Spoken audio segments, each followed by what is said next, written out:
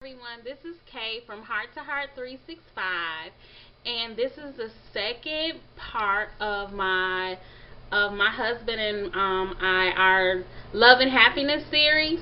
And this portion will be about the first year of marriage. Like I said, it'll be 10 years that we have been married in May, and the first year for me was words can't even explain the first year of marriage. The first year of marriage, my experience for me, it was so difficult. First of all, when my husband and I got married, I was still living at home. So when we got married, we moved into our house, and my husband was working midnights. I did not like him working midnights. That was a difficult transition.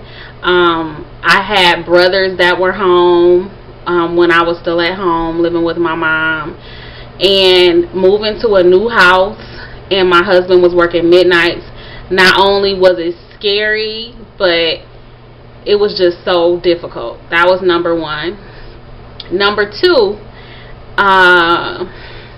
just the first year in itself was so difficult because we were trying to figure out where we both fit into the scheme of things.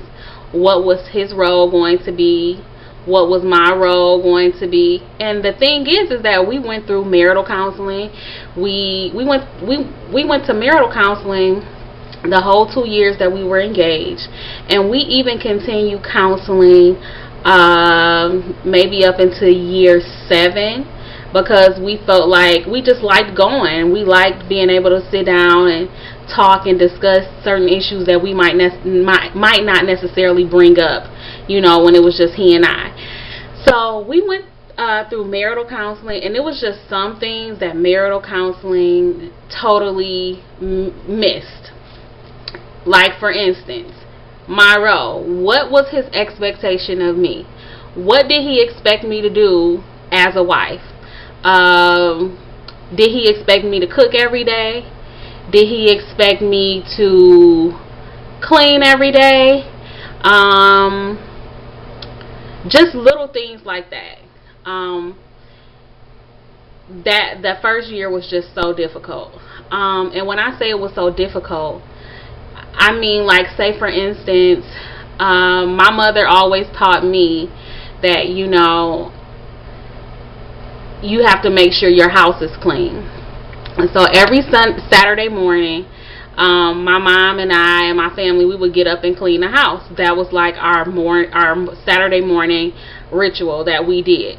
So once I got married, I continued that. Whereas on the other hand, my husband D, that wasn't how he was raised. My mother-in-law stayed at home. So there was a meal cooked every single day. A different meal cooked every single day. And she didn't clean on Saturday. She did a little bit every day. But like I said, she was at home. So, at first it was difficult because my husband would say things like, well, this is how my mother did it. Or, wow, oh, that's interesting that you did it like that. My mom did it like this.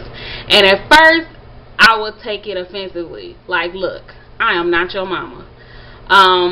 But then I realized that I had to approach it from a different way.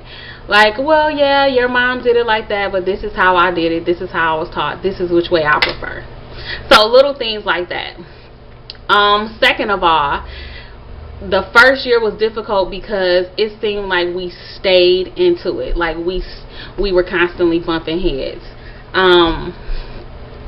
And so in order to help with that conflict, we came up with a day every week that we would discuss, our issues out. And our day tended to be on Sundays. So on Sundays, once everybody was in a cool peace mentality, we would sit down and just maybe discuss just things that went on that we didn't like, or things that we liked that the other person did. That was Sunday. So we kind of had a relationship inventory on Sundays after church. Okay. Like I said, the first year was just so difficult. And there were points in that first year that I was just kind of like, is this real? Like, is this what it's going to be like every single day? And I tell my friends who have recently got married, the first year is difficult, but each year it gets better and better and better. And I say that because, you know, the first year you're learning each other's likes and dislikes. And you're really learning that person's likes and dislikes, because when you were courting or when you were dating, that person was putting their best foot forward. They were putting their best foot forward and you were putting your best foot forward. So there were things that you wouldn't have necessarily caught, you know, during that process, that now that you're living with this person, you're seeing that person when they're tired, when they're irritable, when they had a good day, when they had a bad day. So the first year was difficult, and you're with the, you know, outside of work, you're generally, you know, interacting with this person more than when you all were courting and dating. So just getting to know your partner's quirks and all of that stuff was like difficult as well. I'm much more neater than my husband. He may not like me saying this, but he's a pack rat. And so I like things to be in order. I feel like my life is already chaotic, so I need things to be in order and everything has its proper place. He feels like I take myself too seriously and I need to kind of relax. You know, so the first year with regards to the cleaning and the organizing, that was difficult because I felt like everything was predominantly on me. You have to really talk about what the expectations are. You know, guys, my husband is an old school type of man. You know, it's his belief. You know, he came into this marriage thinking of it how his grandparents were. You know, and back then things were differently. Most of the time the wives didn't work. You know, I worked when we first got married. I worked part-time and I went to school full-time. So the expectation of him expecting me to have a meal cooked every day. If I'm in school, you know, 5-6 hours out the day, and then I go to a part-time job, it's not really realistic for you to think that I'm going to have a home-cooked meal for you every single day. I'll cook, but not every single day. Or it may be that we have leftovers 2 days. I cook 2 meals on Sunday and we kind of alternate. My husband didn't like leftovers, so you know, we had to make some adjustments there. And another thing that I learned, not the first year of marriage but just further on in our marriage, is that you have to do what works for your marriage. You can't look at anybody else's relationship and say, oh wow, you know, I really like how Paula and Dean do this and that.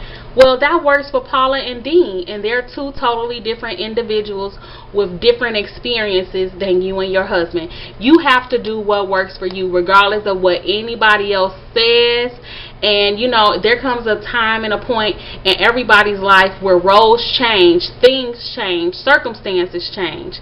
And so it may be that your husband is cooking and you're the one cleaning, or vice versa. It may be that you know, I have a friend where she was the breadwinner and her husband wasn't bringing home as much money, and now that role has reversed. You have to do what works for you. Also, the first year you have to set aside time for just the two of you. You have to set up a tradition, something that you guys do that you enjoy, just you and your husband. It may be that every Saturday night you guys rent a movie and have dinner at home. It may be that every Friday night you go to a movie and you come home and bake cookies, whatever it is. There needs to be something that you all do together, a long time, just the two of you. I'm trying to think what other major issues.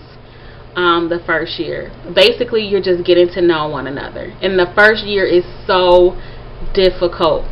There was a book that my minister's wife gave me. Well, she didn't give me, she told me about the book, and she encouraged me to read the book, and I did. It's called The Power of a Praying Wife. Excellent book. Excellent book. And basically the author, her husband is, she's talking about discussing her relationship with her husband, and how sometimes in a marriage you're like so upset and irritated with your husband you don't even want to pray for him.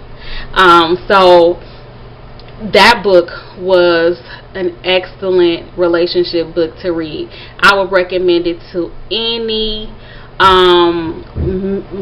married wife that's an excellent book. Another book that's a must read is the 5 Love Languages. Excellent book. Everybody has a love language, and you and your partner show your love in your love language, and